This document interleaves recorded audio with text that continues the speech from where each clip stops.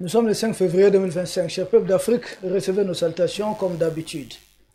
Le président américain Donald Trump décide d'expulser des migrants, dont certains d'entre eux seront sans toutefois envoyés, voire déportés, c'est ça le vocabulaire qu'il faut, au Guantanamo. Guantanamo, c'est ce centre qui est tristement célèbre. Tristement célèbre parce que c'est un centre qui a fait l'objet de 2002 jusqu'à nos jours des choses qui n'ont pas été du tout appréciées, qui ne sont pas du tout bonnes. Il s'agit de beaucoup d'actes contre la dignité humaine, de graves atteintes à l'intégrité physique même des êtres humains. Guantanamo, c'est un centre qui est tristement répété. Et je pense que le président Trump lui-même, il s'est demandé pourquoi son pays continue à mettre tout cet argent au niveau de Guantanamo. C'est une base militaire a priori, mais pourquoi envoyer des réfugiés, des migrants à ce niveau? Nous autres, nous intervenons pourquoi? Parce que parmi les migrants aux États-Unis, il y a beaucoup de nos frères et de nos sœurs, il y a beaucoup d'Africains. Donc nous sommes aussi préoccupés par leur sort. À première vue, on nous dit que ce sont des migrants cubains, haïtiens et d'autres pays de l'Amérique qui seront déportés à ce niveau. Mais reste à voir qu'il peut y avoir aussi quelques Africains. Donc il faudrait dénoncer, il faudrait rejeter d'emblée cette façon de faire, cette façon de procéder. Parce que c'est en violation de tous les textes internationaux. En violation de tous les textes internationaux. Quelqu'un qui se pointe, même à votre frontière, et qui demande l'asile politique, la meilleure façon, c'est de ne jamais les retourner dans les pays où ils viennent, mais on est en train de les envoyer au Guantanamo en attendant de terminer leur procédure d'expulsion. Nous avons vu le Mexique aller chercher déjà 6000 de ses ressortissants, parce que le Mexique dit en tout vouloir rapatrier 50 000 de ses ressortissants. Bravo, ça reste un pays frontalier des États-Unis. Mais nous autres Africains, qu'allons-nous faire? Que pouvons-nous faire? Peut-être que devions-nous faire depuis le départ? Depuis le départ, nous avons laissé cette situation perdurer. Nous avons tellement suivi des films hollywoodiens, c'est ancré dans la mémoire de beaucoup d'Africains que les États-Unis, c'est vraiment l'Eldorado. Il fallait partir là-bas. Ils nous ont vendu les images de leur pays où on voit des gratte-ciel, des buildings.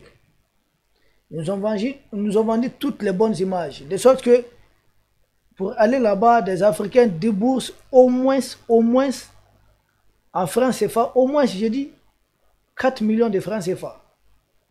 4 millions, c'est combien? Je ne parle pas de ceux qui ont gagné à la loterie. 4 millions, c'est combien? Ça fait combien de dollars? Mais c'est plus de 6 000 dollars. Pardon, aidez-nous avec le calcul là. 4 millions de francs CFA, c'est à peu près combien? Certains déboursent 5 millions, 6 millions de francs CFA. Juste pour se rendre aux États-Unis et devenir un ouvrier là-bas.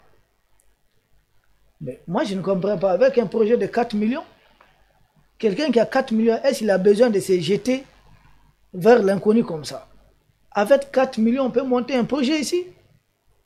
Vous pouvez faire poulet de chair, vous pouvez aller dans la pisciculture, vous pouvez aller dans ce qu'on appelle cuniculture, c'est-à-dire élevage de lapins.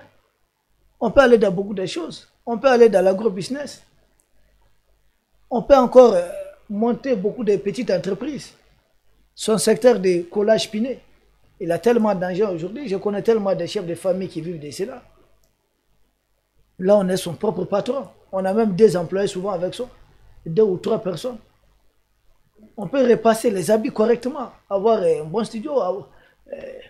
On peut ouvrir aussi une boîte de pressing. Il y a tellement de projets qu'on peut faire ici qui fonctionnent bien dans les centres urbains.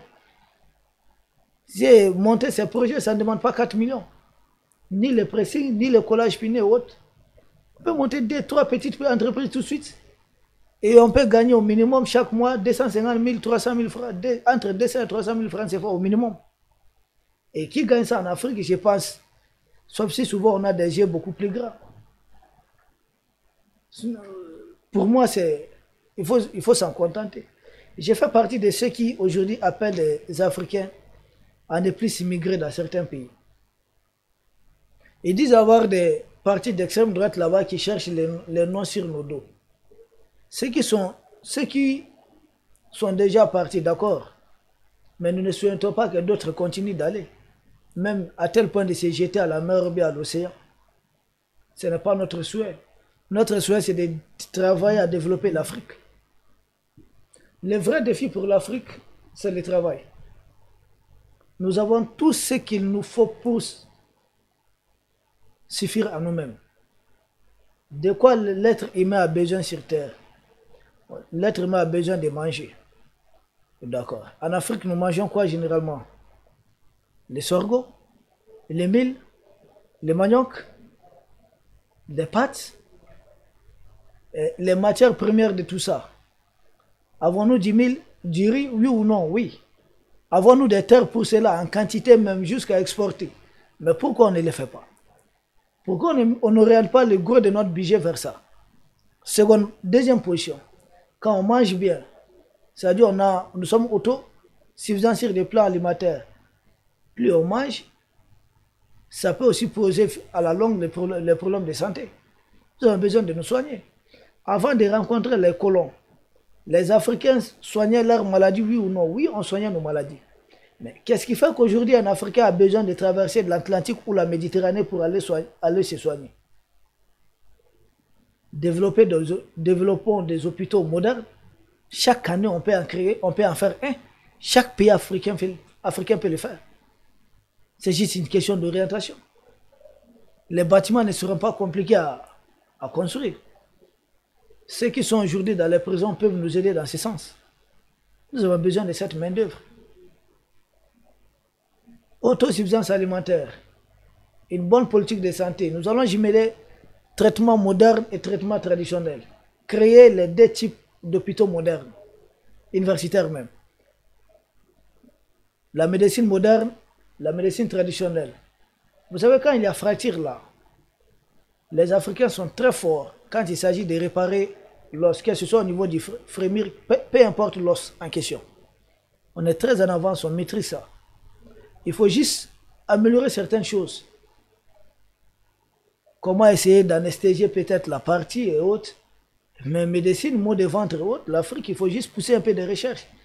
Il ne faut pas laisser tout le monde entrer dans le domaine pour pourrir le domaine et dire que vous voyez, rien du traitement traditionnel ne marche, il y a beaucoup d'arnaqueurs. Il y a beaucoup d'arnaques là. Non. On peut réguler. Et c'est possible. Donc, nous sommes autosuffisants sur les plans alimentaires. Nous maîtrisons notre système de santé. Au-delà de tout ça, c'est quoi? Notre sécurité. Il faudrait qu'on renforce cela. Ça, c'est la première des choses. Parce que pour bien cultiver, il ne faut pas que quelqu'un vienne vous embêter pendant que vous êtes en train de cultiver la terre. Pour bien élever votre bétail, il faut que quelqu'un vienne pour le voler. Donc on a besoin de pays bien défendus, bien sécurisés. Et là, il faudrait renforcer l'outil de défense. Pour moi, chaque jeune Africain formé militairement, donc chacun doit être un réserviste. C'est une large dissuasion contre des chiens méchants qu'on envoie déstabiliser nos États. Parce que dans la déstabilisation, qu'est-ce qu'on peut réussir? Pas grand-chose. C'est pourquoi je continue d'encourager les dirigeants de l'Est qu'il faudrait renforcer davantage la sécurité. Ce que nous sommes en train de faire, c'est très bien. Avec tous ces matériels, nous pouvons encore améliorer davantage. Nous-mêmes créer des complexes industriels-militaires, c'est possible. Au-delà de tout ça, le peuple a réellement besoin de s'épanouir. Un pays sécurisé où tout le monde vit bien, on mange bien, donc libre de notre promenade. Nous-mêmes, nous serons nos propres touristes. On n'a pas besoin de courir derrière des touristes qui viennent ailleurs, donner des bonbons. Non. Ça, c'est autrefois, quand on n'avait rien compris. Nous allons maîtriser nous-mêmes notre technologie, nos appareils de télécommunications. Parce que tant qu'on ne va pas maîtriser le secteur de la communication, c'est un problème. Nous ne sommes pas à l'abri de déstabilisation. Parce que nous voyons, généralement, quand il y a guerre, ils utilisent la guerre électronique. Ils brûlent la communication. C'est là qu'ils rendent les opérations de terroristes possibles dans beaucoup d'endroits. Développer l'Afrique, c'est compliqué. Nous sommes assis sur des richesses. Nous nous promenons sur des richesses. Sous terre, sous nos pieds, partout. Nous sommes riches. Au niveau de l'élevage, on se suffit à nous-mêmes. Mais avant de rencontrer les colons, et c'est nous, on avait besoin de traverser la Méditerranée ou l'océan Atlantique pour aller travailler. Et c'est nous, on connaissait même cette histoire de chômage. Mais depuis que le jeune Africain était à l'école du colon, il est convaincu qu'il doit être un salarié. Soit dans la fonction publique, soit dans un secteur privé. En tout cas, il doit être l'employé de quelqu'un, il doit être un salarié. Mais il n'a pas peut-être l'idée que lui-même, il peut être un employeur.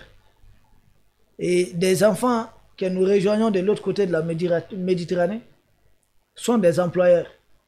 Nous partons être leurs employés. Qui gagne? Qui gagne le plus? Cette guerre va se jouer le plus au niveau économique. C'est triste de voir qu'ils continuent d'imprimer une monnaie pour nous. Combien de pays? Beaucoup de pays continuent de sous-traiter leur sécurité à leurs propres agresseurs. Nous n'avons rien compris. Donc cette question des migrants expulsés, ça fait mal quand on n'est pas en réalité préparé. Mais si on s'est préparé mentalement, nous pouvons venir à bout de cette situation. L'Afrique a beaucoup de... C'est-à-dire, transformons nos rêves en réalité. Nous pouvons. Nous pouvons. Et c'est possible. D'ailleurs, il y a des moyens de riposte. On nous demande qu'est-ce que l'Afrique peut faire. C'est-à-dire, moi, je suis de ceux qui ne comptent pas sur l'aide d'autrui, quoi. Non, je ne crois pas à ça. Nous sommes convaincus que l'homme doit, comme le dit l'autre là, dans les livres Gouverneur des Rosées de Jacques Roumain, Manuel, l'homme est le boulanger de sa vie. Tous nos frères qui ont traversé la Méditerranée, qui aujourd'hui travaillent dans les autres pays, même si c'est en Chine, en Russie, ils comprennent qu'il n'y a pas de repos. Nous quittons nos terres pour devenir des jardiniers en Espagne. Mais nous avons plus de terres que les Espagnols. Pourquoi ne pas faire la même chose ici? Pourquoi alors, si on fait la même chose ici, pourquoi ce n'est pas en valeur? C'est là que les dirigeants doivent intervenir. C'est là que nos politiques publiques doivent intervenir. Pourquoi ne pas valoriser la terre chez nous? Au lieu d'envoyer des milliers de gens aller se faire des cours de droit. Or, on a besoin seulement de quelques juges, de quelques, je ne sais pas, avocats. Le reste, ils crient, moins de manifestations, ils sont dans la rue, nous sommes au chômage. On les mobilise facilement pour déstabiliser même des dirigeants qui veulent prendre la bonne direction. Tout le monde va faire comptabilité parce qu'on dit là-bas les gens s'enrichissent. Mais qui a mis ça dans la tête des gens? Nous avons vraiment du travail à faire. Il faudrait assainir. Parce que lutter contre l'immigration, c'est que j'ai vu, quand j'ai vu le président du MAFA, il dit on va lutter contre l'immigration clandestine. J'ai dit il n'existe pas d'immigration clandestine. Toute immigration est créée. La situation d'une immigration, elle est créée. Si c'est pas ça, on va appeler ça des réfugiés politiques. Ou réfugiés comme ça. Toute situation d'immigration est créée et entretenue. Ça ne tombe pas du ciel. Il n'y a pas une immigration qui soit clandestine. Ceux qui appauvrissent l'Afrique savent qu'en faisant cela, des affaires africaines vont aller chez eux. Et ils auraient une main-d'œuvre presque à vil prix, c'est-à-dire une main-d'œuvre presque gratuite. Et ça va faire des affaires de leurs entreprises. Autrefois, ils venaient chercher des main-d'œuvre ici, maintenant ils ont créé des conditions pour que la main-d'œuvre aille vers eux. Ils n'ont plus besoin de venir, c'est à nous d'aller. Parce qu'après l'abolition de la traite négrière, vous savez qu'il y avait des bateaux qui venaient prendre des volontaires, c'était du volontariat. Mais après, ils ont créé des conditions, ils ont placé à la tête des États africains des dirigeants qui ne comprenaient rien, qui contribuaient à appauvrir l'Afrique, mais eux et leurs familles s'en sortaient. Résultat, à force d'appauvrir l'Afrique, regardez quand est-ce que l'immigration a pris de la force. Ce sont les 20 dernières années. Donc plus on dit avec l'ardeur impérialiste à la tête de nos États, plus la pauvreté avec l'État, plus ça dure, plus ça devient insupportable. Cette misère artificielle créée. C'est pourquoi les 20 dernières années, les gens sont beaucoup plus allés se jettent pour aller de l'autre côté. Traverser la mer à tout prix. On essaie de tapoter de tous les côtés. Ça a commencé quand? Ce sont les 15 à 20 dernières années là que cela a pris vraiment du succès. Sinon, l'Africain n'avait pas besoin de ça. La mer, pour nous, c'était un endroit, peut-être qu'il faudrait aller faire des sacrifices et autres. Ce n'était pas pour aller chercher du travail ailleurs. Si nous travaillons et qu'on refuse d'aller là-bas, je pense eux-mêmes, ils viendront supplier les Africains d'aller. Mais ça serait trop tard. Donc, mesure de riposte, ce n'est autre chose que de travailler chez nous. Travaillons. Si nous travaillons chez nous, ce sont eux qui vont chercher à venir. Et puis, autre mesure de riposte, j'ai dit, bon, comme ils disent qu'ils ne veulent plus des migrants, d'accord.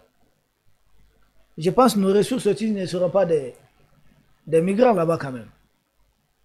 Ils ne vont pas considérer tous nos biens comme des migrants.